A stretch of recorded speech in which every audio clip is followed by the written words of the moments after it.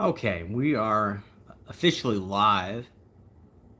Always trying to make sure I got enough light in here. The lights in here are weird. We had some new light bulbs put in, and I'm just trying to make sure that with the existing light bulbs, the light shows up just fine.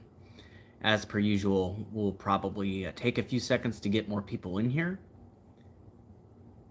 But some of the things I mentioned that we might talk about for anyone who is watching already, or if you jump on and then go back and start it from the beginning, is I said we would talk about, what did I say? Oh yeah, the possibility of doing guided trips. Oh yeah, a few people are jumping on now. My dog needs my attention so bad. You'll probably hear her down below. It's like this, like, please give me your attention sound.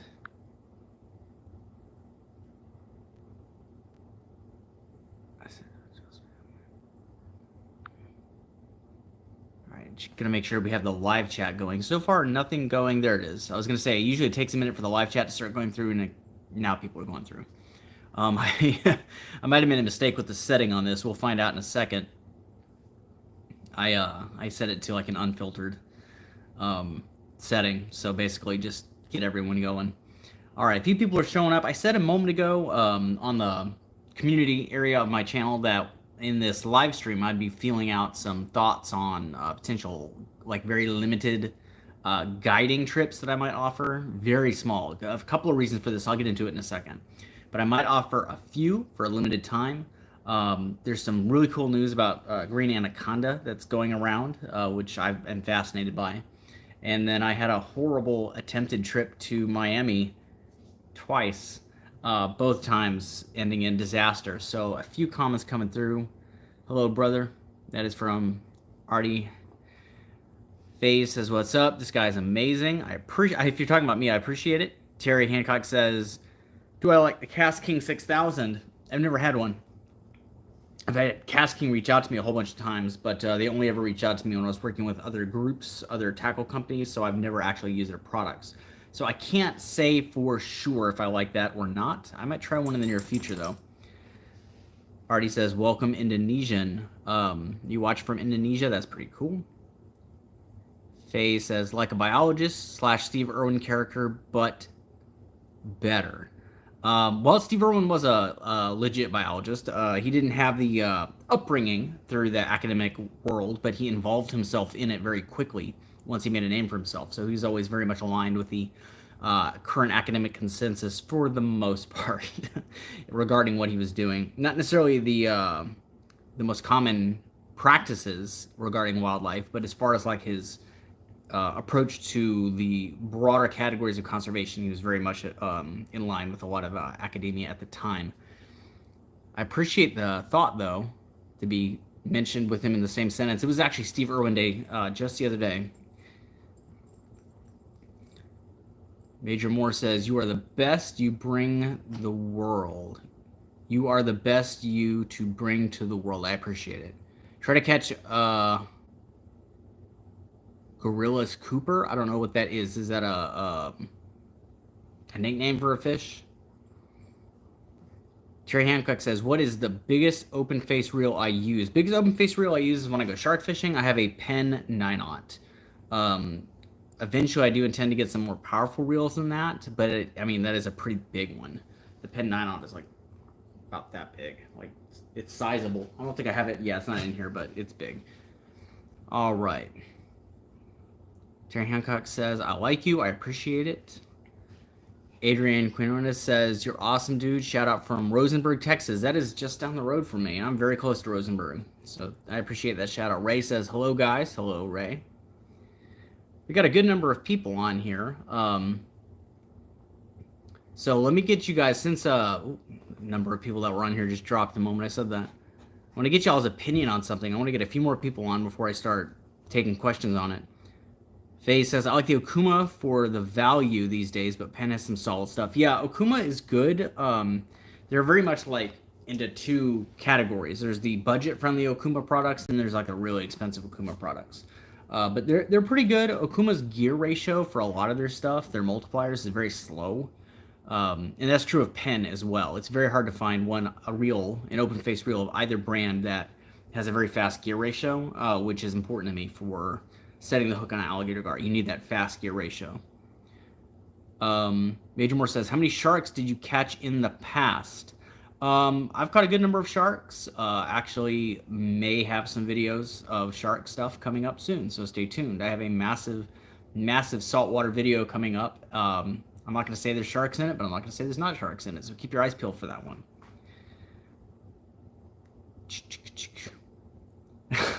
Alan Lang says you have an awesome vocabulary. What is my IQ? I have no idea what my IQ is. IQ tests in general, I'd have to look more into this, but the background for how the IQ test was developed was very much a product of its time, and that is not a good thing. It was very much a product of a time where specific communities were intentionally left out of the development of the IQ test. It's basically just completely arbitrary. If somebody says, "Oh, I have an IQ of 160," it's completely arbitrary. That does not mean they're smarter than someone who might take the same test and get an IQ of 120 or 110. Like, it doesn't mean you're smarter. IQ points are one of the most vague and arbitrary concepts in existence. If I have a good vocabulary, and I appreciate you for saying that, it's because I have a teaching background and a public speaking background. And it's just been incredibly important to me professionally my entire life to have a well-developed vocabulary. Let's see. I'm losing some of these comments. Let me scroll back through. Rick says, what's up, bro? Shout out from Lubbock. I appreciate the shout out. Again, only been to Lubbock like once. I think it was for a wedding.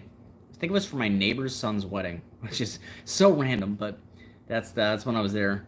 Terry Hancock says, I like the White River in Arkansas. I've seen the White River. I've never fished in it. Like, I've stood over it on a bridge and looked at it, but I've never actually cast a line in there.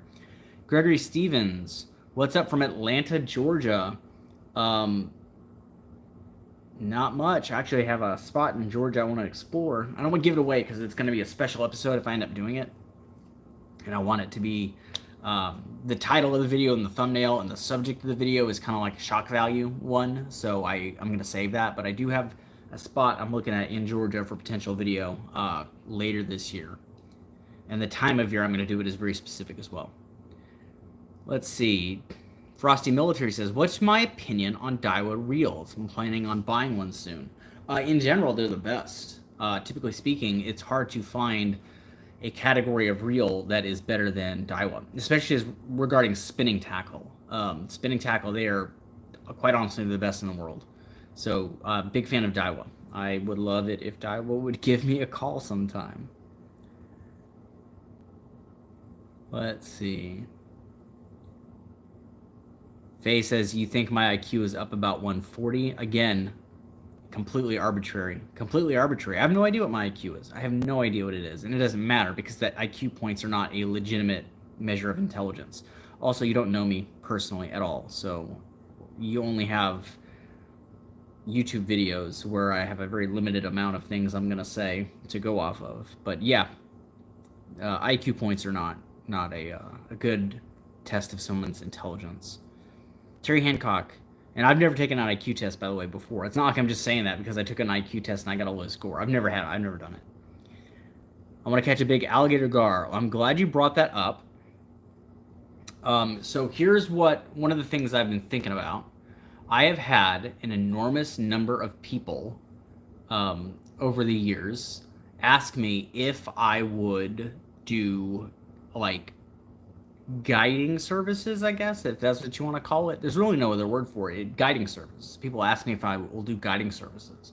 And for years and years and years, I have not wanted to do it. And honestly, I still don't. However, I am thinking about, for a very limited time, for a very limited select number of people, I am thinking about offering guiding services to like maybe 3 locations that I have in mind for big alligator gar. It is still an if. I'm putting feelers out there to see who's interested, and I'm thinking about how I would do it if I did it. Because what I don't want is to blow spots up, have loads of people tell other loads of people, where they can go catch and kill alligator gar. I have spots on my Patreon page, but the thing is, Patreon it has this amazing ability to filter out people who are not actually dedicated to supporting the channel. You'd think it would be easy. You just get on the Patreon, you look at all the stuff, you get out. Almost nobody does that. The people who are on my Patreon have been on my Patreon for a long time. And it's because they genuinely support the channel. So I'm not so worried about some of those spots being on the Patreon. Also, this is a big step forward. This is not just me saying, here's the spot, here's how to fish it. It would be me taking you there and helping you fish it. So yeah, I'm putting feelers out there to see if anyone's interested in that. I might start doing select guided trips for select people. And when I say select people, I just mean a small number. Also, I would, to be honest, I probably want to, if I can, try to vet people to figure out if they are going to catch and kill or not. If I can trust them with the information of where they could catch some of these big fish. Yeah, it's one of those things where it's like, technically speaking, all guides are showing people where to go. You could hire any guide for any species, and you could turn right around and use that against them. There are typically things in the way of those types of individuals selecting guides. The guides can be very picky with who they pick and choose.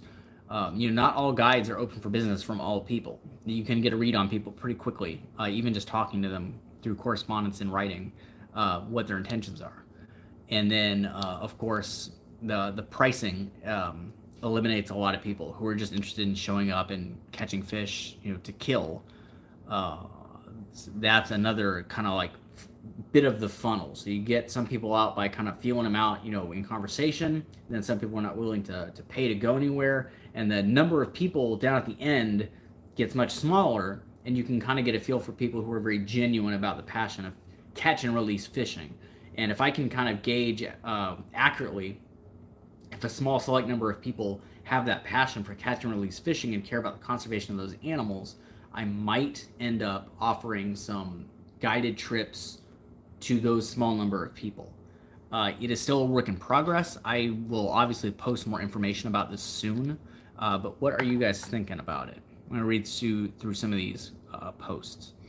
Gregory Stevens says, when are you going to go alligator gar fishing in Mississippi? Both of my out-of-state trips I've recently tried to do ended on the road on the way out, and I had to turn around and come back for two very different reasons. One of them was a just national level, like multi-state AT&T outage, which, I mean, like, I know I can get to Florida and back, but I can't get to all the like pinned locations down in Florida that my dog is down here. That's why I keep leaning forward for something. She does not like the fact that you are getting more of my attention right now than she is. But anyway, I couldn't use my map to go down into some of the more complex areas of South Florida. So the trip got canceled when my phone just wasn't working for, 12 hours straight. I didn't know if it was a national outage or if it was, because I drove across multiple states without GPS. I didn't know if it was a national outage or if it was like a personal issue. I stopped in multiple hotels along the way because, they're typically open and staffed late. This was like 3 a.m. when this happened. And nobody would let me use their phone. So yeah, both of my trips to the other states have failed in the last couple of weeks. So I probably won't be going to Mississippi soon. How is the alligator gar, or how's the gar fishing going? It was really, really slow. Things are starting to pick up. I've got a couple of videos on the way for you guys.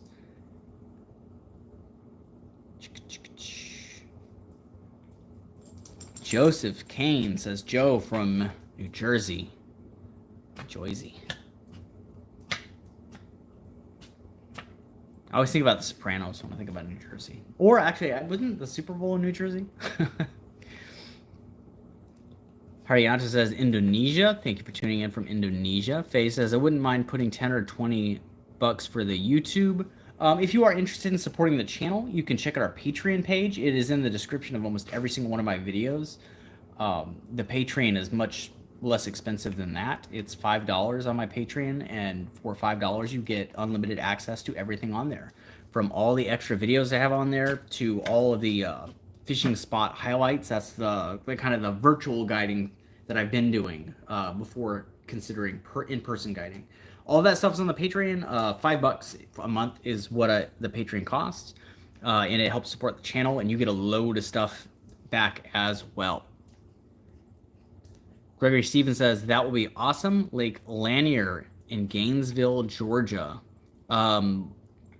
What would that be for? I don't know where that is. Oh, hang on. I knocked my phone out of the way. There we go. Lake Lanier in Gainesville, Georgia. Let's look that up and see what's there. A reservoir in Georgia. Here we go. God, it's big. Big waters like this scare me. You know, that's why I like rivers so much. You can pinpoint exactly like what point on the river looks good. Lakes are much harder to navigate, especially if you're not already very familiar with the area. I've got a pile of books next to me and they keep falling over. Trying to get them up there. There we go. Let me know what they have in Lake Lanier in Gainesville, Georgia. I'd be interested to know what you're catching out there. Let's see. Major Moore, what is the biggest fish I've caught on a spinning reel? Biggest fish you ever caught was on an open face reel. I'm going through all the big fish I've caught in my head. Probably, it's a close tie between, I caught a 150-pound sturgeon in Idaho. And that video is on the Patreon. I actually think it's not the, no, it's not the most recent video on the Patreon. The most recent video is a sturgeon video that's already been posted. But further back, I caught a sturgeon about 150 pounds on a size 5,000 Daiwa BG reel. Nearly blew the reel up. And then I also caught a 6'10" alligator gar on the same model, just a little bit bigger, 6,500 Daiwa BG. And alligator gar are like big, heavy tanks, basically. They do not pull nearly as hard and as fast as sturgeon. Sturgeon fight more like sharks, like fast-moving sharks. So that reel is still kicking. It's in the garage. I still use it all the time. But that 5,000 was dead. It did not survive that. I caught the sturgeon, but it didn't survive that sturgeon fight.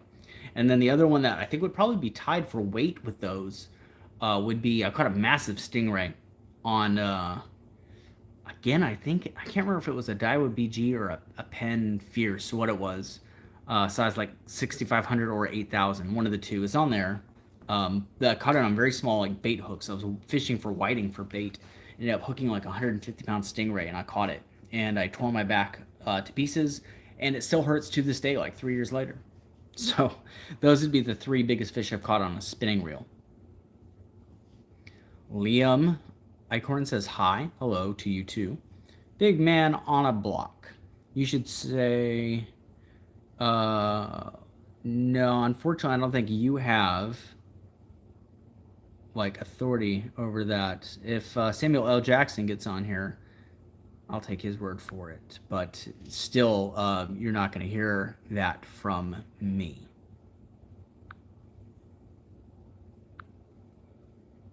All right.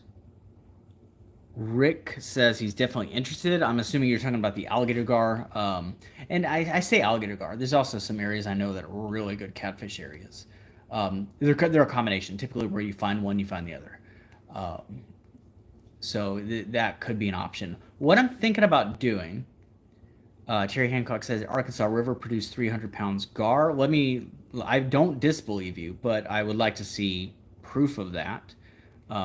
Definitely possible, but you know, I would love to see a photograph of such a fish before I go off across multiple states to try to catch one. Because here's the thing, I know for a fact from personal experience and also from the experience of other people in the city of Houston that I can catch a 300-pound alligator gar within about 30 minutes of where I live.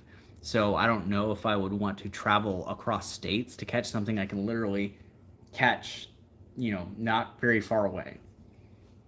But that is, it would be very impressive if I could see that.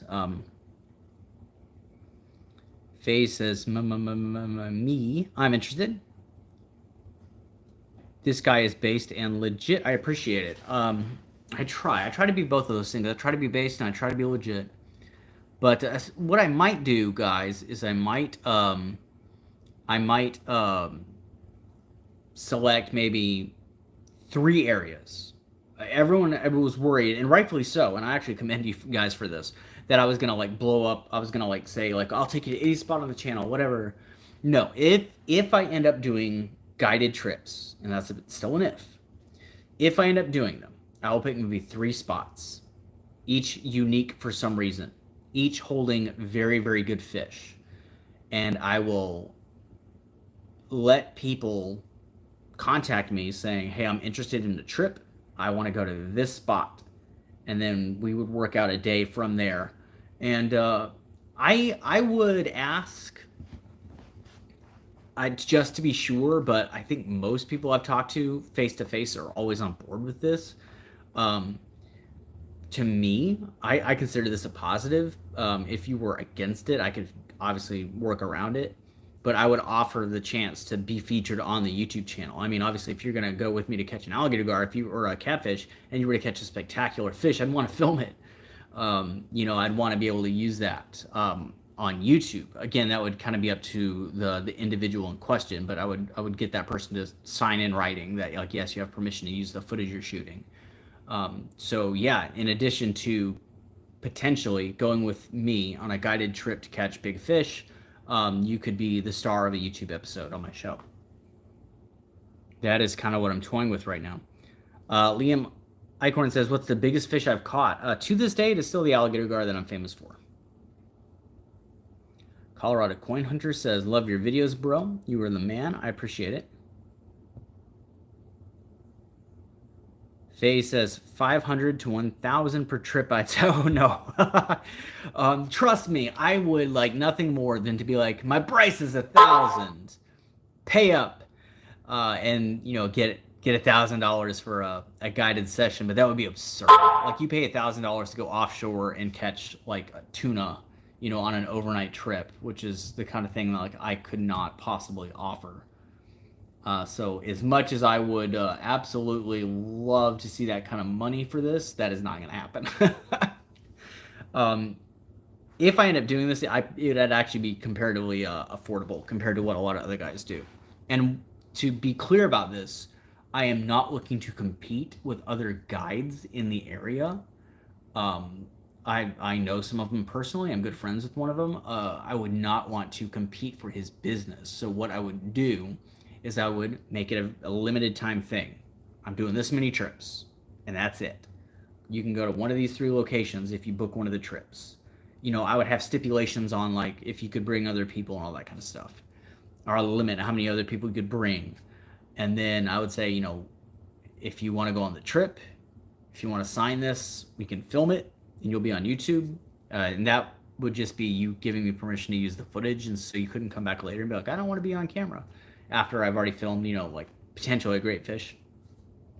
And then I would do a certain number of limited trips and we'd be done. And that way I would not be continually trying to like take business away from the other guides in the area who I am quite fond of. So I'm not looking to compete with anyone. Just do a limited time thing.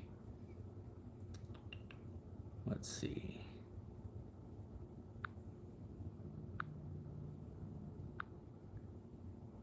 All right. Alan Lang says, your background is in teaching. Did you teach the 3 R's, rod, reels, and recreation? No, I taught science. I was a science teacher. And obviously a conservation education programs teacher for the Houston Zoo for a long time. Dolly, what are you doing? My dog is trying to nose her way into something. What are you doing? Why are you so antsy when I'm trying to do live streams? She's fine all day, and then I start doing this, and she's like, I have to find something to get into.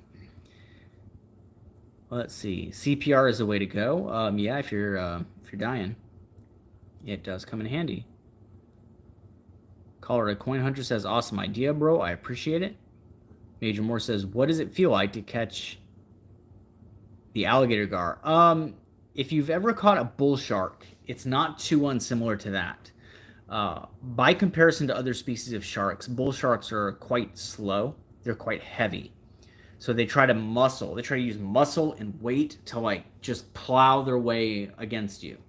And alligator gar will jump, but typically speaking, they start jumping as like a last ditch effort. Occasionally, you'll have one at distance. You'll have one pretty far out, and you'll see it jump. But it doesn't happen very often. They typically get pretty close. They can start to feel the fact that you're kind of bringing them around in a circle. They're starting to get close to the bank, and then they'll start panicking. And then they might jump. But typically speaking, it's a slow, very heavy fight. It is very much like a bull shark. Let's see. Brady Baxter says, a big video in Georgia, you say? Question mark. Scuba diving with whale sharks in the aquarium, perhaps. The Georgia aquarium famously having whale sharks. No, it would be I'll give you this hint. It would be a video I would release on Halloween. It would be the yearly Halloween video if I decide to do it. It is one of those kind of places where I don't think anyone else is filming. And I've had my eye on it for a bit. And my understanding is it's one of the abandoned videos that I want to do. And it's it's the kind of place I've never been to before. It's not just a place I've never been to. It's a type of place that I haven't done yet. And there's a creek nearby, so I could do some fishing. I could like spend the night there and fish nearby, and it's a very creepy place. You will understand why it's so creepy once I announce where it is, if I decide to do it. But yeah, it's not like the fancy Atlanta aquarium, which would be fun. I want to go there so bad. My wife and I talk about going to the Atlanta aquarium to see the whale sharks. Shark. I know they had some die. I don't know how many they have left. Let's see. Faye says, big flathead cats is what you need to do. East Coast fresh water. Yeah, no, I do want to do some flathead catfishing soon. I'm just waiting for some of the waterways in Houston to kind of settle down a bit. They've been up and down, up and down, up and down. Some of them are kind of settling. So flathead are on the horizon. Yes. Let's see. Jennifer Powell says, I am new to this channel. Well, I appreciate you tuning in. Somebody posted like 1 million messages and then yeah, they were spamming the channel hard. I deleted all the messages that they sent, and it's like 100 messages. So, all right, John Yo. What a cute little hairball. I assume you're talking about this one right here. Yeah, she needs a haircut. Really bad. Yes, thank you. She needs a haircut. But she is cute. Let's see. Yes, yeah, it's just specifying your dog. I had a feeling that's what you're talking about. I don't get called that very often. It has happened in the past, but it's not very common. Major Moore says, am I done with fish in Egypt? I've never been to Egypt. I would love to go to Egypt, though. It'd be pretty cool. Adrian Quinona says, have I ever fished Bay City Dam? I don't actually think I know. Is that the official title of it? Like if I Google Bay City Dam, is it going to come up? Let's see.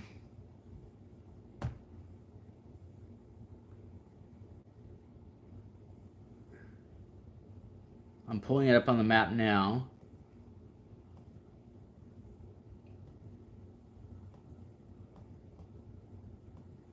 Oh yeah, no, I actually have been there. In fact, if this is the area I think it is, I actually have a video I will be posting soon of me fishing there quite successfully. So yeah, I think I have been there. My map, for some reason, on Google Maps will not it will not readjust to the satellite view, which is, if I had the satellite view, there it is. If I had the satellite view, I could tell immediately if that's the right spot. Yes, I've been there, and I have a video of that exact spot coming very soon. So yes, the answer to your question will not only be answered here, it'll be answered on the main channel when I publish the video that I filmed there. Jerry Hancock says, I live right by the White River. That'd be cool. I wish I lived. I live fairly close to several rivers. I just wish I lived like right next to one. I wish I could walk out the door and hit the river. Um, one of my favorite usernames I can never get right. Have I thought about white bass hybrid fishing? It is that time of year. Guess where I'm going tomorrow morning? Tomorrow morning, that is the plan. I will be going out that direction, up towards Nacogdoches. What time is it right now? 8 o'clock? Okay, that's not so bad. I'll be leaving like maybe 4 o'clock in the morning so I can get there by sunrise. But yeah, that's planned for tomorrow, actually. Let's see.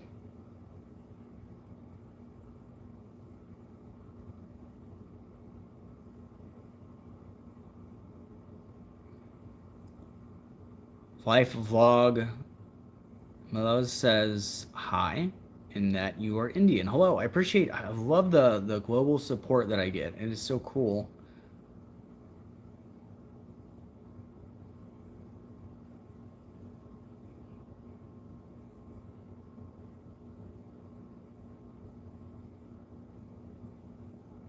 Let's see.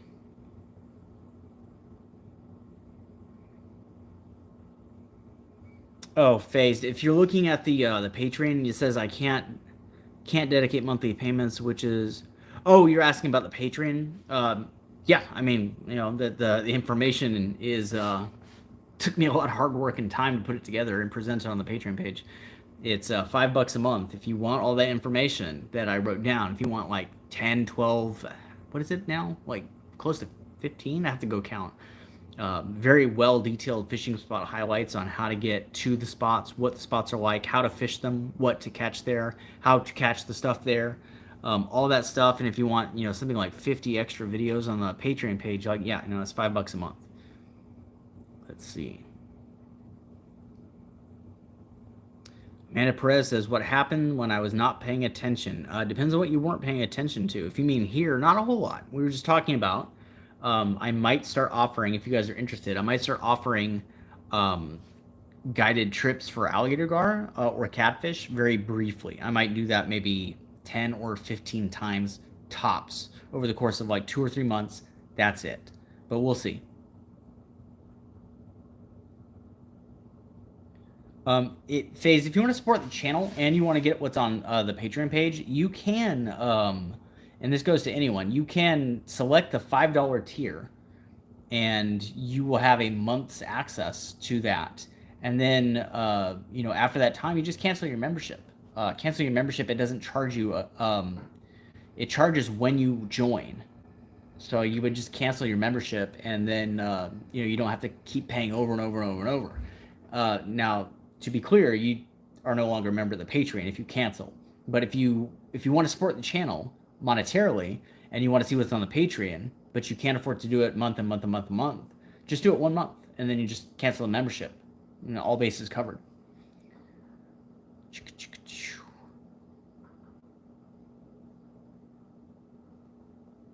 Let's see. Getting a lot of support from Morocco. Love that. The Drunk Monk says, would I eat fish from the Brazos? I have in the past. I did a catch and cook on a catfish from the Brazos. Probably won't do it again. Not exactly the, what do you call it? Not exactly the cleanest water. Let's see here. All right.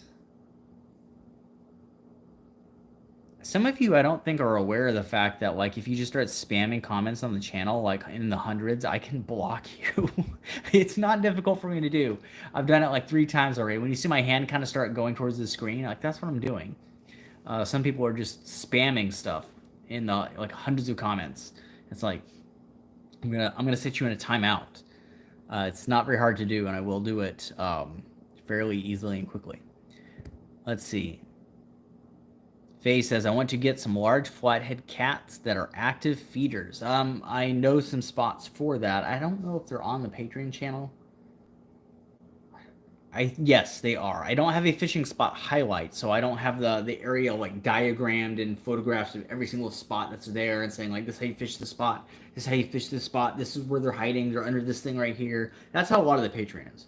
The spots on the Patreon. But I do have a spot on the Patreon where it's like on a map. I'm like, right here, guys, good flathead spot. Just FYI. So I do have some spots on the Patreon where I identify where flathead can be caught. Psychic Side Toad chiming in says, "Hi Peyton, I finally bought a live liner." Oh, good. So you don't have to like frantically readjust the drag on the. What was it? Was it a Shimano Spheros? Because those ones, the Shimano Spheros reels, man, they take forever to adjust. I was actually editing a video and I was fishing with somebody who was using one of those. It wasn't you. It was somebody else. And that's like every single time somebody catches a fish on that reel, that's the first thing they're doing is like rapidly trying to adjust the drag because it takes so long. I was getting excited to use mine in Florida. I was going to go to Miami twice. I was on the way to Miami and something went wrong to the point where I had to cancel the trip, like on the road. Just so frustrating. And I was really excited about using that reel finally for some big saltwater fish, but didn't get to happen. I do have some good saltwater content, guys, coming up very soon. Really big, detailed, multiple huge fish video coming up. That is saltwater that you guys are going to like. James Stergard Jr. says, "Where's the best spot here in Houston for gar?" Well, I'm not going to say here because I have said on the Patreon, and there are people who support my channel monetarily for that information. It would be kind of undercutting them to just blast it here. Also, I would effectively be bombing the spot by announcing it, the location on a live stream.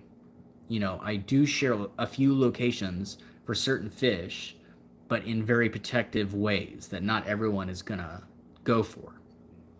So if you're curious to know where the best spot is for alligator gar in Houston, keep your eye, either join the Patreon or keep your eyes out for, I might do some limited time select number of guiding trips soon. Let's see. Mahone TXX. Do I prefer freshwater over saltwater? Would love to see more saltwater fishing. I do. I drastically prefer freshwater over saltwater, but you are in luck because I have a massive saltwater video with loads of fantastic, big saltwater fish that I just edited today and will be uploading very soon. You'll see that video in the next couple of days. So y'all keep your eyes peeled for that. Massive video. It's like an hour long. Massive video with loads of huge saltwater fish coming to you.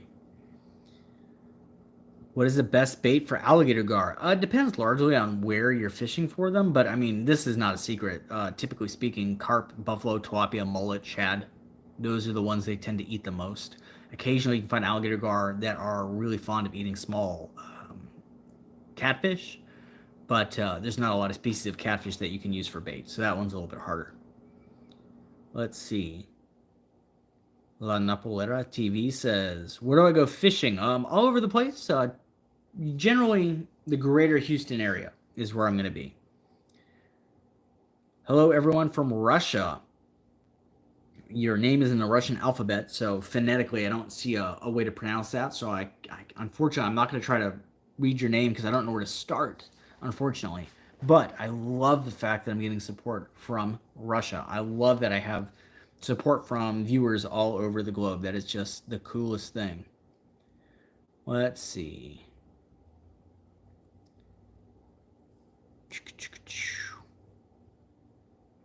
A bear says, "What's up, bro?" Not a whole lot.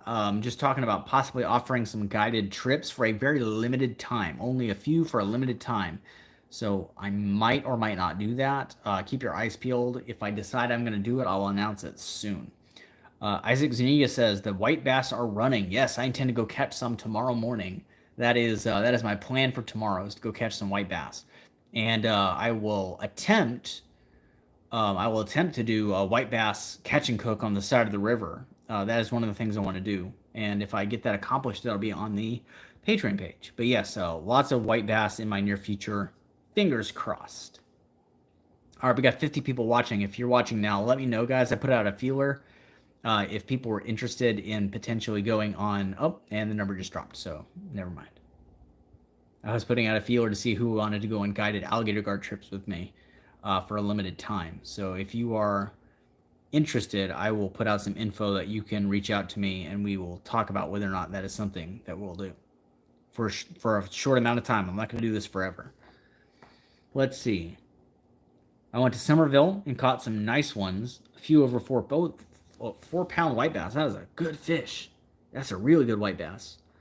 I went to Somerville once, and I know where you're talking about. I was there, and it was bad timing on my part. Just they had that spillway closed, and I went on this massive hiking trip down the river.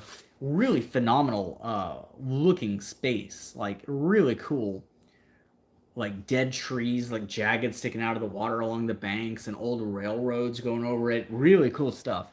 But unfortunately, I couldn't access the spillway on that particular day, so I couldn't catch any of the white bass that I went there for. Alan Lang says, "What breed of dog do I have, and will you do a video with the dog?" I have a poodle. She is a rescue poodle, but we're pretty sure she's a full breed poodle. She is quite the princess. So she is not a tough dog. I mean, she thinks she is. Like she'll pick a fight. She will like see other dogs like German shepherds, and she'll be like, "Let's go," and I have to kind of rein her in because she would get chomped. But she's a little fighter, but she's not well suited to the outdoors. We all go on these big walks around our apartment complex, and we only get maybe two-thirds of the way around, and she usually wants to sit down and have a break. And she'll sit down in the grass and just kind of look around because it's tiring for her. She's an itty bitty dog. So she's a poodle, but she's definitely not a dog I'm going to take with me filming anywhere. I'd also be terrified of something happening to her. I would have my entire being would cease to exist if something happened to my dog. Like, it would be bad. It would be really bad. So I don't want anything to happen to her. Duncan Lame, or is it Lam? Duncan says, drone fishing Galveston surf. I have to get my drone repaired. The little drop mechanism is malfunctioning, so I have to get that repaired. I might do some kayak fishing, though, if the water's nice. Faye says, I signed up for the Patreon. That's cool. Just to be clear, if you signed up for the $5 tier, that is the one that gets you everything. I do have a tier on there where there are a few things you can look at that is free. For anyone who's interested, you can join the Patreon as a free member. You can watch some of the videos that way that you wouldn't otherwise get to see on the main channel. Oh, there's the... hey, yep, there you are. You joined. I see the notification right there. Well, man, have a go at Patreon. Is very weird in how it's built. It's kind of like Facebook. Basically, you have to like scroll back in time to see earlier posts. But check out all the fishing spots I have on there. Loads of them, and lots of extra videos as well. So have fun on that. I appreciate your support, man. Thank you, and welcome to the Patreon squad.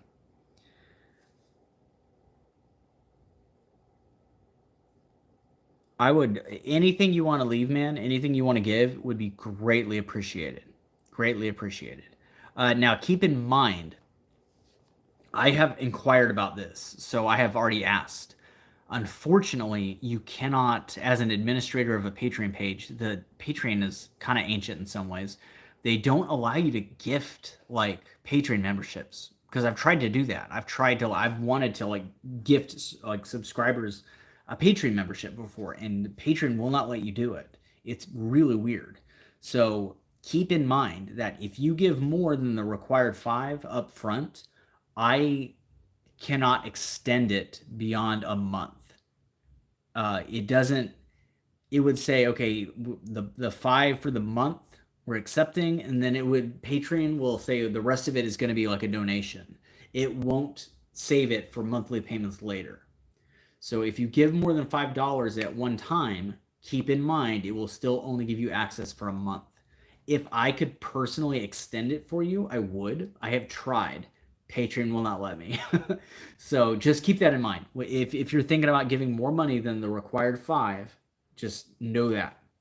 But anything is appreciated, especially I just saw your membership. That is already more than enough, man. Thank you so much for that. James Sturger Jr. says, already answered that question. The best spot in Houston for gar is on my Patreon page if you're interested. Or if you want to have a guided trip with me, if I decide to do that, you could go there in person. Potentially, if I decide to do that. Dan Mack says, it's heating up. The gar are out.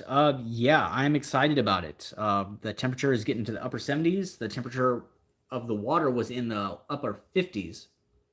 And it's starting to rise a little bit. And they're starting to be active. This is also the start of the alligator gar's breeding season. So March is when they really get going. And that is when I've caught the vast majority of the giant gar that I have on my channel. Is, starting in March and then through November. That is like the best time of year.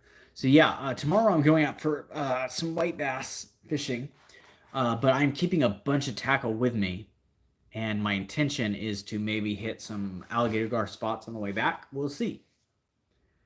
But I'm excited. Alligator gar is like, when they're biting, when they're out there to be caught, that is when my channel is doing its best. That is what people want to see from me. Pokemon TV says hi. I almost bought the original Pokemon game the other day, like the Game Boy Pokemon, like the original one from the 90s. I had it as a kid growing up, played it all the time on a Game Boy. And I was like, you know what? I love retro games. I was going to go buy a retro Game Boy and a retro Pokemon game. And I got into this retro shop and they were like $100 a piece. And I knew they were going to be expensive. I didn't know they were going to be that expensive. So the Game Boy was like $100 and the Pokemon game was like $130. And I was like, I don't want to spend all this money right now for this. So maybe in the future, we'll think about getting that. But yes, I'm a big fan of the original Pokemon Game Boy game. Let's see. Ooh, what is my favorite knife? I don't think I have it in here. I think it's in my backpack, which is in the what do you call it? Car. And but there's a Gerber makes a fantastic fixed blade knife that is easy to sharpen, very sharp, handles the water very well, is extremely lightweight. I'm looking at it right now. Hang on. I want to get the exact name for you because I have a favorite knife for all the utility stuff that I do. Okay, the Exomod drop point in orange, and you can get them in different colors, but I like the orange. The Exomod drop point from Gerber is currently my favorite knife, and actually I do have one right over here, not the Gerber, but a different one. One second.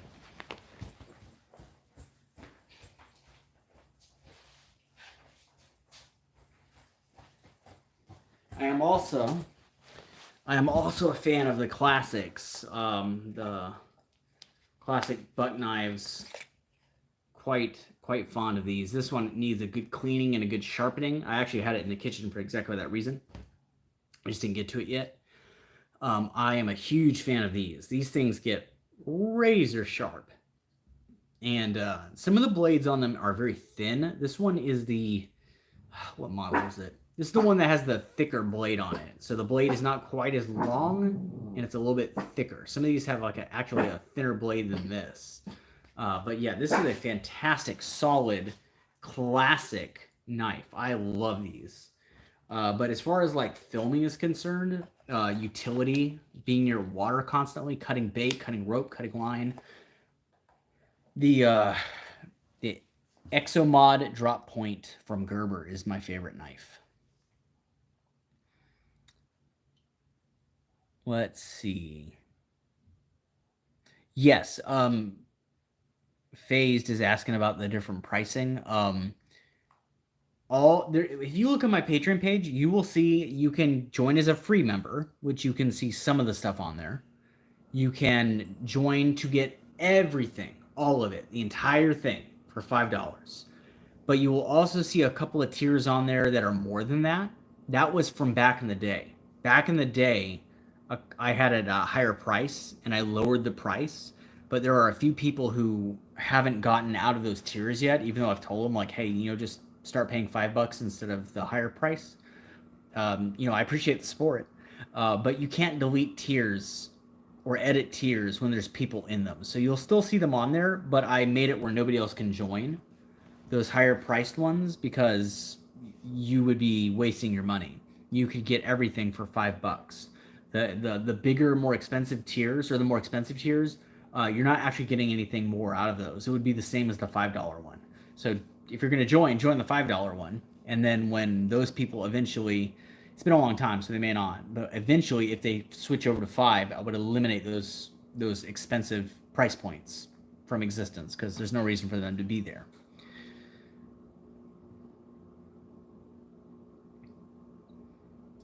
Let's see.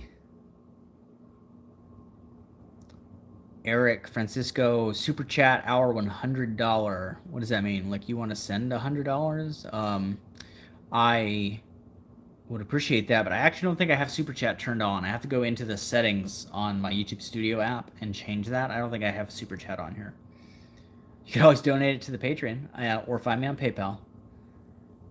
Bryce Redden says, what part of the Brazos are you near? The part that's near Houston. Like, I'm not going to tell you exactly where. Not because I'm trying to protect the fishing spots, but because I don't want you to get too much of an idea of where I live. But I will tell you, I live in Sugarland. That's as much as I'll give you. I live in Sugarland. So where the Brazos runs to Sugarland, I'll let you guess what part I'm near. Duncan says, more shark content on the way. Filmed, edited, on the way. Bryce asks, what is my favorite fish to eat? Okay. I got asked this before, and the deciding factor and the answer was whether or not we're talking about sushi. If we're talking about sushi, probably bluefin tuna or like fatty tuna. Or mackerel is good. Mackerel is really good. If we're not talking about sushi, then I would probably have to say my favorite fish to eat is flounder. Really well-cooked flounder is exquisite. Let's see. Psychic Side Toad says, Spheros, yes. Yeah, the Spheros, man. I want to catch a fish on it so bad. Every time I try to go catch a fish on it, something goes wrong. When the jacks start running, I'm gonna pay real close attention. I bought some 1-ounce spoons. And I have, you're okay. I bought some 1-ounce crocodile spoons, and I got some heavy-duty hook swivels and replacement split rings. My dog is very upset because you can hear the bin man outside. He has like a squeaky wheel on the bin that he will not put WD-40 on, and we can hear it every night, and my dog gets very upset. Baby girl, you're okay. Come here. I can't make him go away, baby girl. He's doing his job. I probably could make him go away, actually, but I'd probably get in trouble for it. Anyway, yeah, when the jacks start running this year, I'm going to try to make my way out there and catch some. It's been too long. I have all the stuff for it. I need to get on those jacks when they come back. A bear says, we have the Edisto River here, which is the biggest blackwater river, so mercury is high, but the red-bellied brim are huge in there. What state or country are you referring to? Actually, you know what? You gave me the name of the river. I can just look that up. Let's see. Edisto River. South Carolina.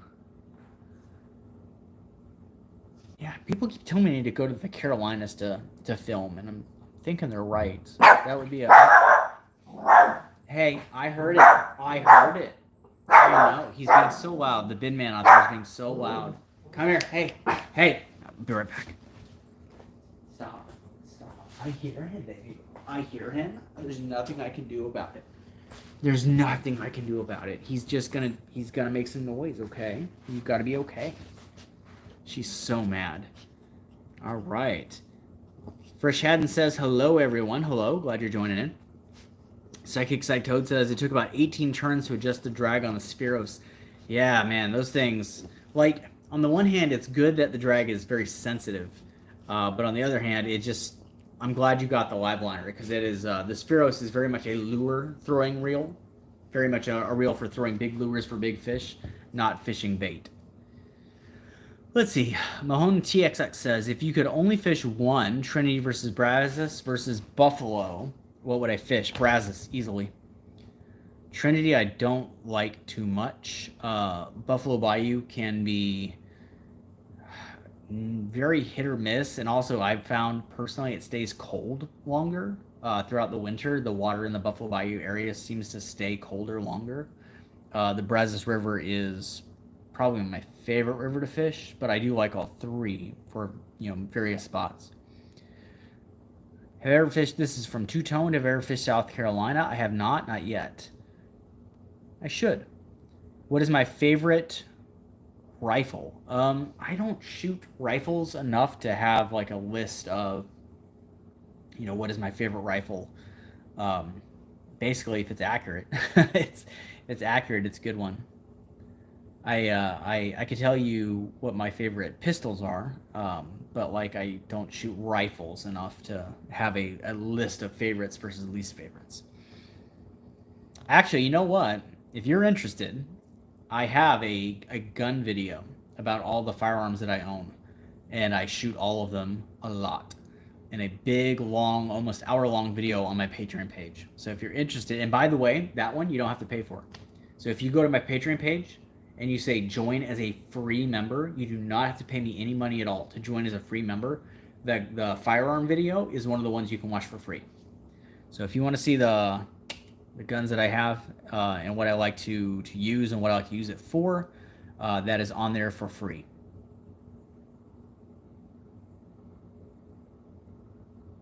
Yeah, I say maybe some guided trips because I'm still undecided. I have to have a couple of assurances. Number one, I have to have the interest, right? People will ask you on YouTube if you do it, and then it's kind of like Facebook Marketplace where people will say like, "Hey, is this item still for sale?" And you're like, "Yes, it is," and then never get back to you. Like, it's kind of like that. Like people will ask you all kinds of questions, and then when you actually offer the service, nobody says anything. So I'm putting feelers out there to see if people are actually interested enough to do it. And also I'm trying to figure out how I would go about it because I'm going to be honest, I don't want to take anyone if they're going to want to go back and kill the fish.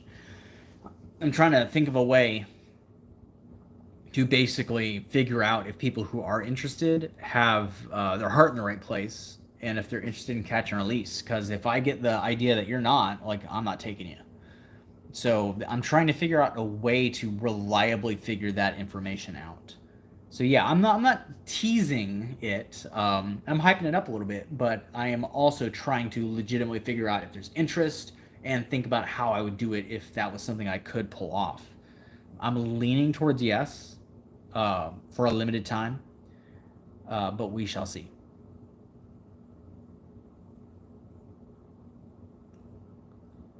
Let's see.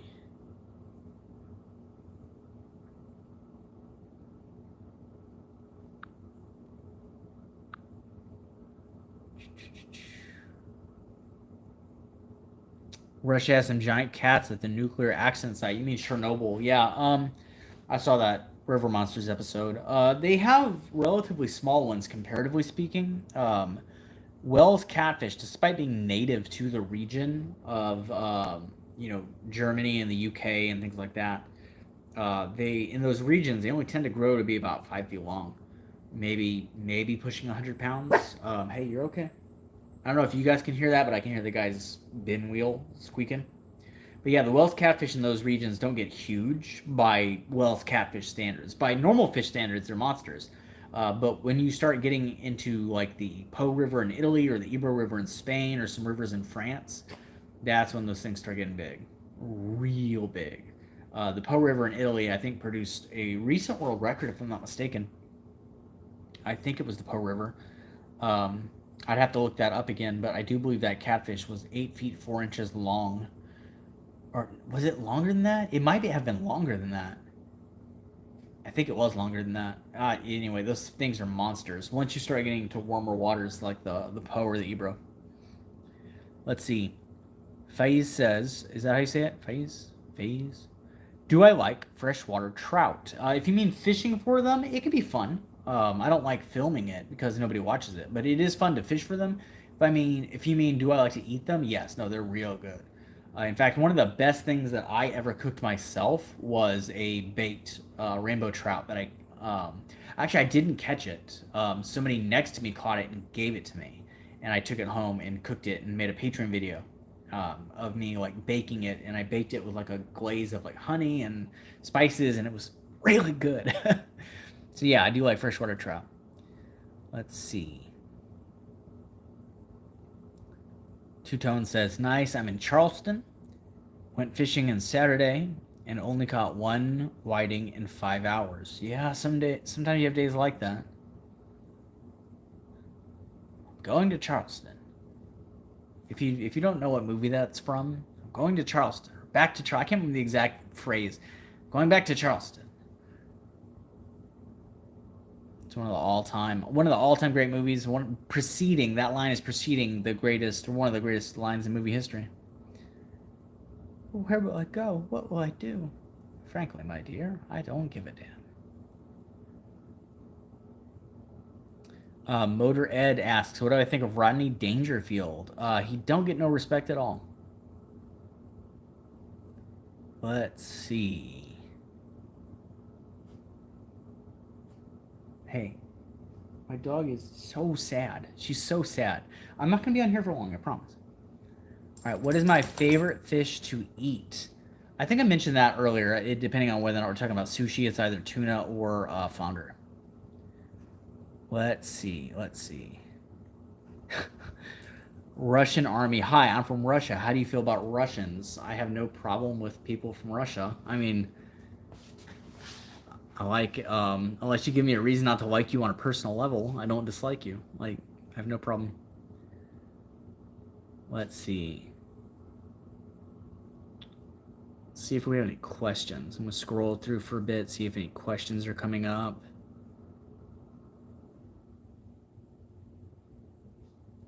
Okay, there's a question. Juicy Fishing 609 says, how long did it take you to reel in that 150-pound gar? I've got a few about that size. Stop. Most of them I have caught fairly quickly, like maximum 10 minutes. Alligator gar are like heavy fish, but they do not fight very long.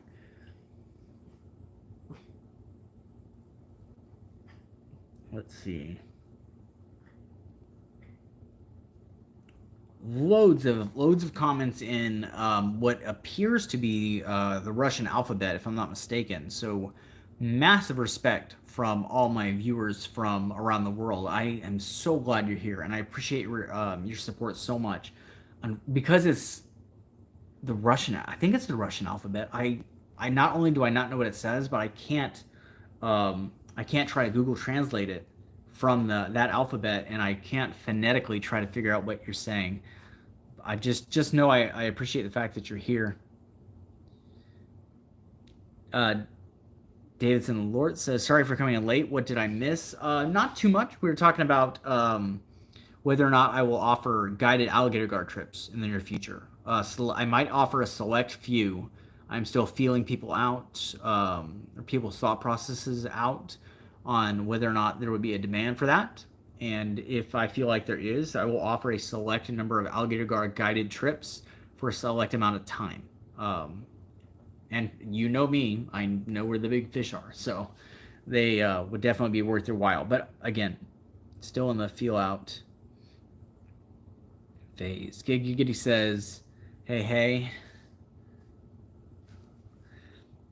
Let's see. Two Tone says, did I ever release part 2 of the Florida Pier video? There is no part 2. What do you mean? You mean the one where the grouper burned a hole in my thumb? Probably a grouper. Burned a hole in my thumb and broke me off. There is no part 2. I said I would go back for a rematch, which I still intend to do. In fact, I was trying to go there just the other day, twice, and both trips got canceled on the road, because of various incidences that were out of my control. So there will be a rematch, and honestly, the fact that it was postponed is probably not a bad thing, considering that it will give me time to go back with bigger, like, bulletproof gear. As things stood, I was going back there with relatively similar gear, just heavier line. But if I go back there in a month or two or a couple of months, I might, depending on how I'm feeling, I might decide to get some like real big stuff. Let's see.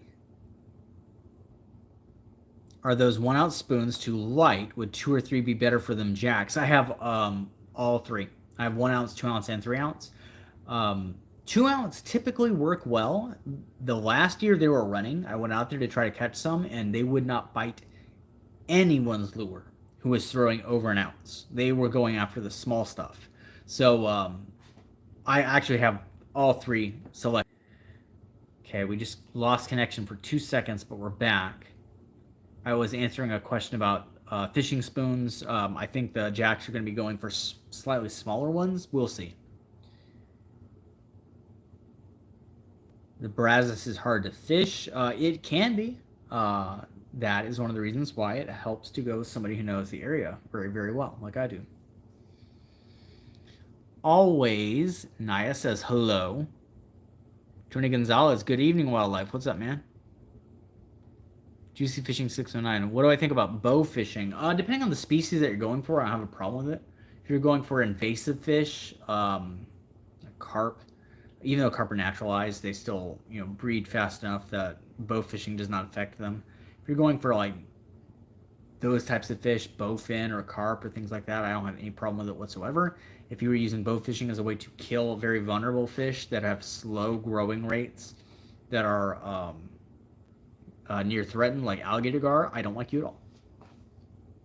So it depends on what camp you're in. Giggity says, are you planning to get revenge on that big grouper? Yeah, no, eventually. Like I was saying before, I tried to go to Miami twice recently. Or actually, that spot that I was in wasn't actually in Miami. But I was planning to go to Miami, and while I was there, I was going to drive to that spot on the way out. And just ended up having so many things go wrong on the way out there that I had to cancel the trip. It was painful. But I do intend to go back there for it eventually. Tony Gonzalez says I should go sheepshead fishing. They're really biting right now. That would be a cool video. Maybe. I would like to, think about it. I'm trying to think about how I would sell a video like that. I think like the people who want to see it would watch it, but I don't think the average person looking at my YouTube channel would want to click on that. So if I can find a way to sell the video, or if I can find a way to incorporate it in something else, so like if I go fishing for jacks when they come running through, because I want to do that. If I go fishing for jacks when they come running through, and then while I'm out there, I toss them, live shrimp or crabs for sheephead. Maybe I'll work them into a video that the other half of the video is what sells the video, and while I'm there, I'll do some sheepshead fishing, or I'll do some sheepshead fishing and maybe put it on the Patreon. Let's see. Totally void. McDonald's or Burger King? Neither. I hate them both with a passion. They're both terrible. Landon Pinkerton says, hi, hello. Delgado, have I ever pulled off some kite fishing? I haven't. I've thought about looking into doing kite fishing. It just hasn't happened yet. But it is very interesting to me, the idea of kite fishing. Landon also asks, what is my favorite food? Sushi, without a doubt. I love nigiri sushi. So good. So good. If you get it from a good place, like don't go to the grocery store and get sushi. It's so bad. But, drop some good money if you have some to spare. Save up. Go out for a nice meal. Spend some good money on sushi. That is the best food in the world. It's so good. Let's see. I also like muffalata, by the way. Muffalata sandwiches. Oof, those are good. Mini Pro Fisherman says, would I ever do more surf fishing for sharks? I keep getting this question, and The answer is you're going to like it. I have been doing, or I have actually a video that I edited today that is nearly an hour long of repeatedly catching giant saltwater fish. So if you want to see a kick-ass saltwater fishing video, stay tuned because it's probably going to be the next one I post. Let's see. What is my favorite color and what is my favorite food? My favorite color is orange. My favorite food is sushi. Whoopnut says, yo, West Virginia gang.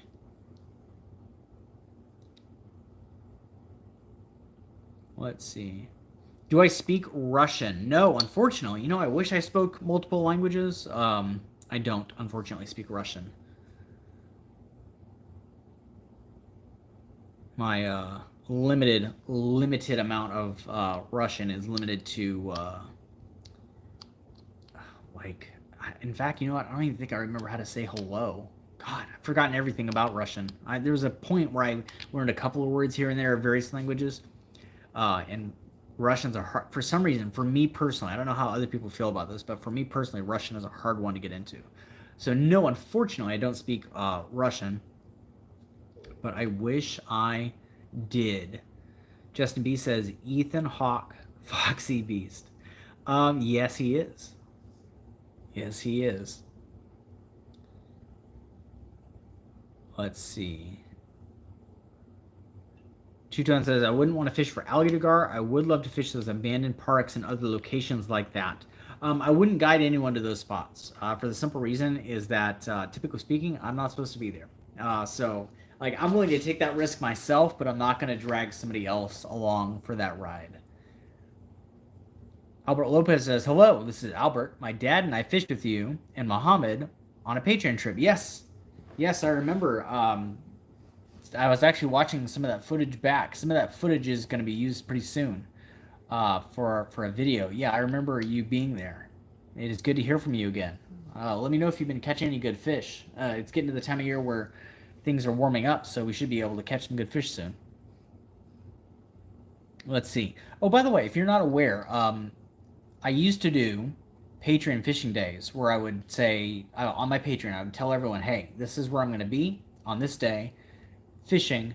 Everyone is welcome to come join me. I'll bring all my gear. You can all fish with my gear. We'll catch fish together. We'll make a giant Patreon video. And I did that for a while, and then I stopped doing it for logistical reasons. But I just now, not this second, but like in the last couple of days, decided to bring the Patreon fishing days back, and we are working on setting up the first Patreon fishing day of the year so far. So just something to consider if you're thinking about the Patreon. I know, I hear you. Let's see. Dan Max says, do the sheephead video with gummy worms as bait to sell it? Oh, like a bait challenge? It could work. Let's see. Albert Lopez, looking forward to the next Patreon trip. Yeah, coming soon. Coming soon. The weather's good right now. It is supposed to turn next week again. Again, it keeps doing this. But what I've noticed is that the length of time for the higher temperatures and the steadier weather is getting bigger. Like the length of time is stretching out between these rainstorms. So I think we're getting into a more stable part of the year. So we should be able to schedule a Patreon fishing day fairly soon. Psychic Sight Toad says, I'm heading out to fish. Man, you are always going out there, man. Heading out to fish right now. Anybody want to come to LOL? Let me know if you catch anything. What time is it? Almost 9 o'clock. My goodness. Giggity says, that grouper video is my favorite skunk video. It got my adrenaline up just watching. How would I land that monster, though? Well, I'm glad you watched it. It's one of the very few videos I've ever posted where I didn't catch any fish. And typically speaking, I don't like doing that. But number one, I put so much into that video that I had to get something back out of it. Number two, I felt like what I was doing was interesting enough, and the results of the video, getting destroyed by a fish, was worth putting on YouTube. If I had fished there all day and nothing had taken the bait, you never would have seen it. But because a fish took it and blew up my, reel, burned all the skin off my thumb, and broke us off 150-pound 130-pound line. That was exciting enough to put it on the video. So I appreciate you that you enjoyed it. The way I would land that fish, if I got it close enough, the thing about grouper is they fight up and down really well. Once you can get them fighting side to side, they tend to run out of steam fairly quickly. And if you watch that video, you'll notice it took off. A lot of people were like, no, bro, it wasn't a grouper because it would have dived down. But it's a channel with a fixed depth, right? It's not a very deep channel. And he picked up the bait on the bottom. He didn't have a down to go. He only had side to side. So he went for structure. And there's a moment in that video where I start to turn him. Because grouper, I mean, obviously, if you can tell from the video, if nothing else, they're extremely powerful. But comparatively speaking, they lose a lot of that power when they're going horizontally, as opposed to up and down. And there was a moment where you see me gain some line back on that fish. He starts to turn. And then he ducks behind one of the pillars of those docks and he cuts me off. So how I would land him is bigger gear for one, heavier line, and I have a gaff. I would try to get him coming up sideways by one of those docks that I was on, and I would try to put the gaff through his jaw. And then, honestly, I'd probably try to tie the gaff to the dock as a way to kind of anchor the fish there while we did the unhooking process, got the camera shot, then, unhook the gaff, let him go. That's kind of the plan.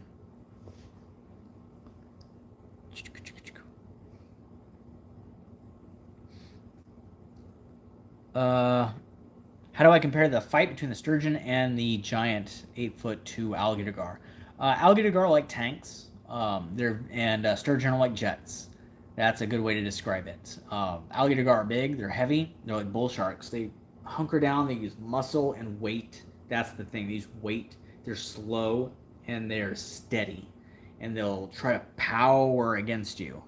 Whereas that sturgeon is incredibly powerful, but also very fast, and they will burn your reel to a crisp, jumping and just running. They will strip out a full-on 300 meters of line. They'll strip you. It's incredible how powerful and fast they are. So gar versus sturgeon is like a tank versus a jet. Brandon Beauregard says, love your videos. Hello from South Louisiana. I appreciate the support. I was actually just in South Louisiana, or I was going through it. I will take virtually any excuse to go to Louisiana. I love Louisiana, especially New Orleans, but I love the whole state. I've talked to my wife a lot, actually, recently. Not realistically, we're not going to move out of state now. But I've mentioned before, I was like, hey, if we ever do, I am totally cool if we move to Louisiana. Let's see. Grocery store sushi is so full of preservatives, humans can't really digest it. It doesn't have as many preservatives as you're thinking. It does have some, yes. You can digest it. It's not great. It's not as bad as that, but don't eat grocery store sushi. Just go to a real restaurant and eat the good stuff. You want to be able to see the guy make it in front of you from a fish that was caught very recently. Tyler Quetta says, hi. Hello again. Avery Blanchard says, asks, do I do any hunting? A little bit. Really just in service of the show. So sometimes certain animals that I'll use for bait, like the iguana, for example, that was a case where I went out and did some hunting for the sake of a video. So I do a little bit of hunting here and there. I might do a little bit more coming up because I have some ideas for bait videos, and I also bought an air rifle, a very, very, very powerful, expensive one. That's how I got the iguana, and I want to use that a little bit more. And I'm going to try to use some hunting, which will probably go onto the Patreon, to get the bait to make some crazy bait videos for the main channel. All right. Brady Baxter asks or says, with how destructive commercial fishing is, should anglers stop buying shrimp for bait? I used to use shrimp all the time, but I am hesitant to buy shrimp after learning about industrial fishing. I would equate that kind of to when you recommend to people that they take personal action to limit like their energy consumption for the sake of climate change. Like turn your lights off when you're not using them. You don't run the water more than you need to. All things that are not bad advice, but they are all things that every single person in the civilized world, what a dumb expression, every single person in the world could start trying to make a difference on, and yet the corporations that are worth billions and trillions still utilize enough of that resource on their own to significantly be the bigger problem. So like that's what and I'm using climate change as an example. It is never a bad thing to start looking around your house saying, well, okay, I'm not using all these lights, I'll turn these off. I'm going to eat less red meat on a personal level. I'm going to drive a hybrid car. I'm going to, walk or ride my bike to work or whatever. And all of that is good, but at the same time, there is an incalculable amount of damage still being done by massive corporations that just shut out any amount of good that you are doing on a personal level for these things. And this is very true with the seafood industry as well. Now, to be fair, the seafood industry there's a little bit more of an impact that the average person can have on that. But overall, what I would say is that that would fall into the category, like commercial fishing falls into the category of things that are done on such a huge scale. They're so destructive, and they're done on such a massive global scale that changing your personal actions, while not a bad idea at all, may not have the desired effect of curbing the problem. That's the kind of thing where it's going to take influence at a higher level to accomplish. One thing I have been thinking about recently, and this would be difficult to do, but one of the things that the last year has proven beyond a shadow of a doubt is that boycotts really, really work, and they work really, really well on really large companies. So if your individual actions as a person were to be brought to leverage against a massive corporation that contributes to a bunch of environmental problems, it would have to be an enormous effort on the part of millions of people at the same time, and that is not impossible. It's not impossible. It would just take an enormous amount of not only coordination, which is fairly easy now, comparative to what it used to be, thanks to the rise of social media apps like TikTok. Information is disseminated on TikTok much quicker than other forms of social media like YouTube, Facebook, or Twitter. TikTok can move information faster. That's why with the rise of TikTok, you've seen the rise of effective boycotts, much more effective than we've seen in the last 30 years preceding it.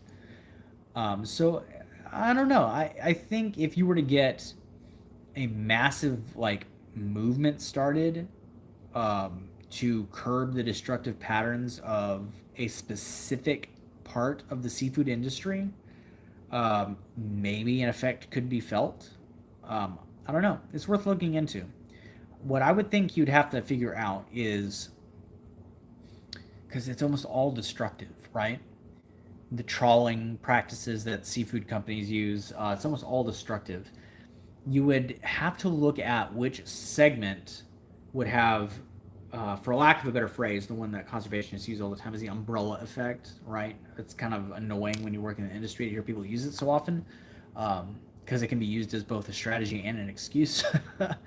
But basically, you say, hey, I want to save every living creature in this environment, but people don't care about this little bug or this little rodent or this snake, but they do care about the panda.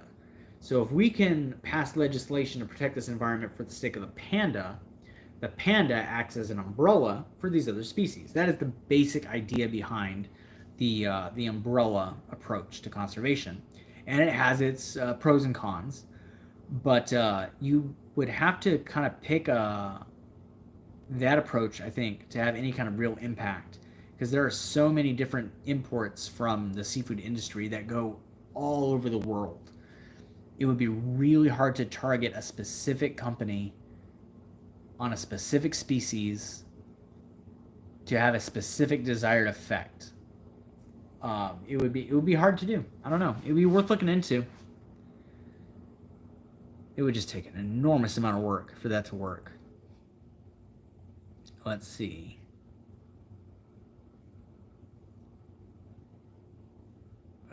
Joe Aguilar says, I like the videos. Keep up the good work. Still trying to make it out there where you are located. Maybe one day I will. Definitely worth it, especially when it warms up a little bit. When it gets, into late March, May, the fishing is on fire. Skandar or Alexander says, do you have any aquarium fish? No, I don't. I used to. Not like big aquarium fish, but, like small goldfish and things like that. One day, when I have my own house, I would love to have a koi pond. That would just be the dream. To have a koi pond in the backyard. That would be so cool.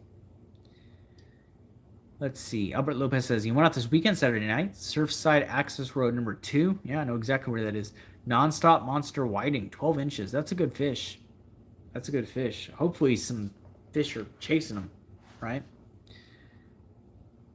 Loads of support. Again, I'm going to assume that it's either Russian or it's some other kind of Eastern European language alphabet. So I can tell by the hand wave and the smile emoji that you're supporting the channel, and I appreciate that. Oh my goodness, two-toned asks. I say oh my goodness because this one, I wish more people appreciated this. How many hours on average is your typical fishing video before editing? Depends. So it depends on, and I know that's a really big blanket answer, right? Like, it depends. If I go for alligator gar, for example, the fish I'm best at catching, the fish that I am the best at filming, comparative to the other species that I approach. In my brain, I already know the formula for what those videos all are going to look like. I know what people want to watch. I know what people are going to click on. I know the approach to that video. You open with a part of the fight that's most exciting and enticing, right? Then you cut to either getting to the spot, quick little montage, or an introduction to where you are on scene. I generally like to show the cutting of the bait because a lot of times I use the bait as the hook for the video and the thumbnail, so I like to show that being prepared. The cast, a little bit of dialogue to the camera, and then whatever happens in between that little bit of dialogue to the camera and the fish taking the bait usually gets not even filmed. I don't leave the camera running. I've gotten to the point now where I'm so good at that, making those videos, that I run the same formula for the beginning. I just don't film anything until the reel goes off. And then I film the fight and the landing, and then if the fish is small, I do it again. If the fish is giant, then I've got the video. So alligator gar videos typically are not much longer than the finished product that you see, because I've gotten so good at filming them, I know exactly when to have the camera on and when to have it off.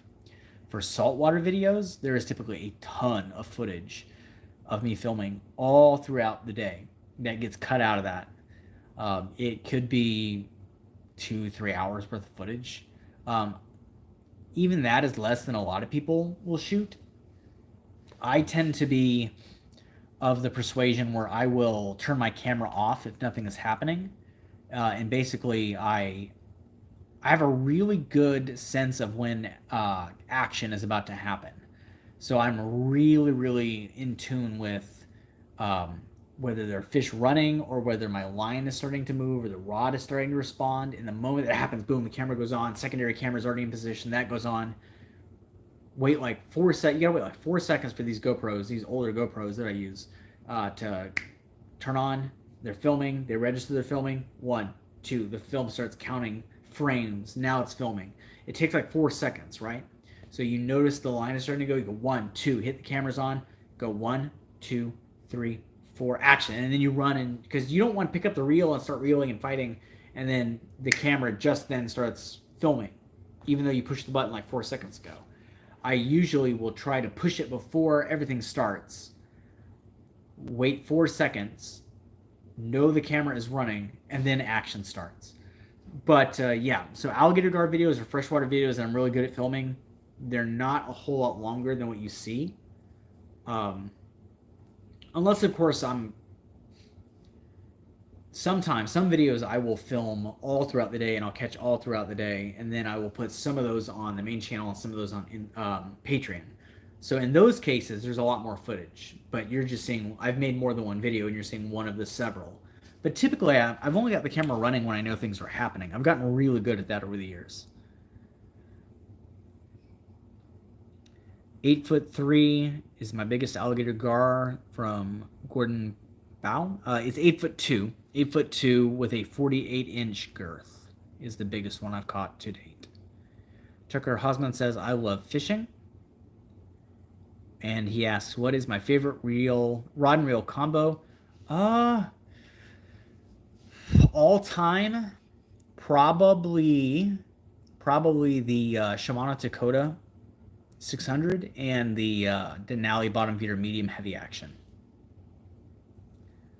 Cage says Trump or Biden, neither. Albert Lopez says fished in Argentina around New Year's. Oh, that sounds like fun. Atlantic whiting grow much bigger, 15 to 18 inches. That's like pushing red drum size. They also have Corvina, a mix of redfish and whiting. That is cool. That sounds like a lot of fun. Man, catching that on light tack would be a blast. Giggy says, appreciate your time and input. Bent rods and happy fishing, buddy. Be safe. I appreciate you tuning in, man. Have a good one. White Austin says, just wanted to say that I love the way that you craft your videos and how you are a content creator who's still small, still small and amazing enough to talk to his viewers individually. Love from Brevard, Florida. Well, I appreciate the support. Absolutely. I don't like the fact that I can still be considered small. I mean, compared to some, I guess I am. I have 155,000 subscribers. That's pretty good if you ask me. I mean, I'm getting to the bigger end of things.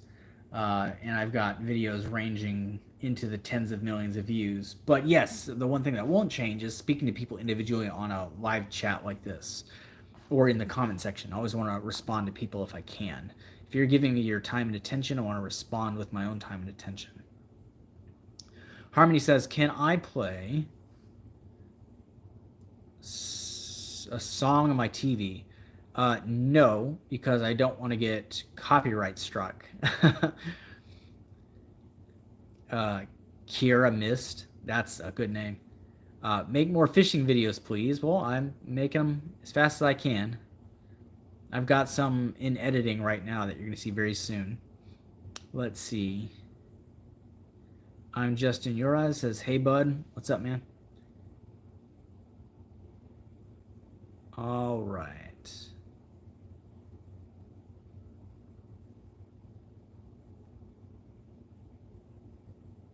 Lots of people with a lot of words to say, but nothing of value in those words. Head or chest mount for GoPro? Depends. I can't get a wide enough view to get the whole rod and maybe the reel to fit on the screen.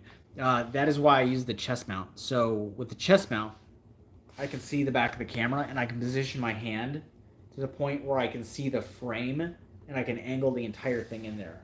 So like if this is the frame, I can get the rod and I can get the reel and the rod to arc to fill the frame. The line going down this way to the fish here.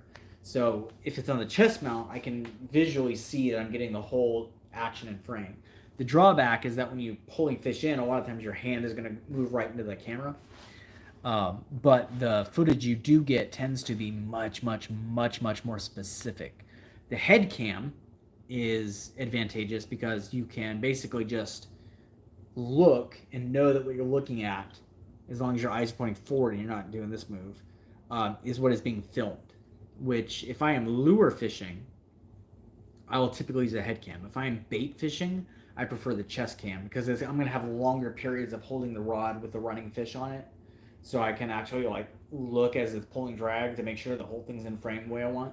And then I have the second camera, like the B camera, filming from the side or the back or wherever for the other shots that I want. All right, let's see if there's anything else. Tell Me says, what is my favorite movie? That would be Saturday Night Fever. Arena Swit Jr. says, I'll sub. I appreciate it.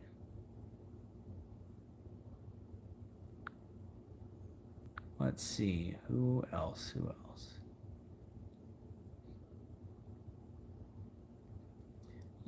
Two-Tone says, YouTube recommended a video last year of me fishing an abandoned water park. Ever since then, I was hooked.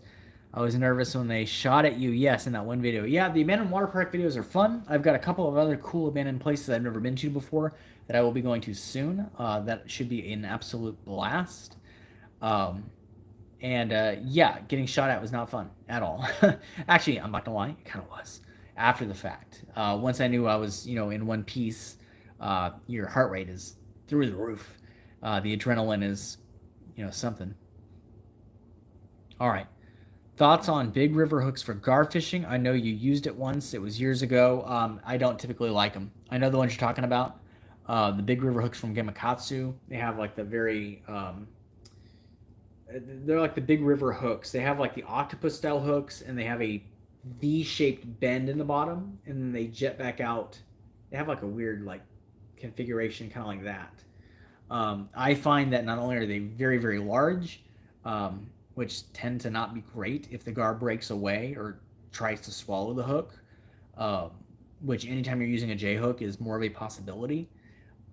They typically don't pierce the gar's jaw. Even behind the jaw, where you get a bit of softer tissue, those hooks tend to bend kind of easily. So the size, how inconvenient the size is, versus how easily they bend and the lack of penetration you get on a bony mouth fish, I don't like them. Ryan the Reaper says, sup, how's my day been? Just busy trying to put plans together for different filming things.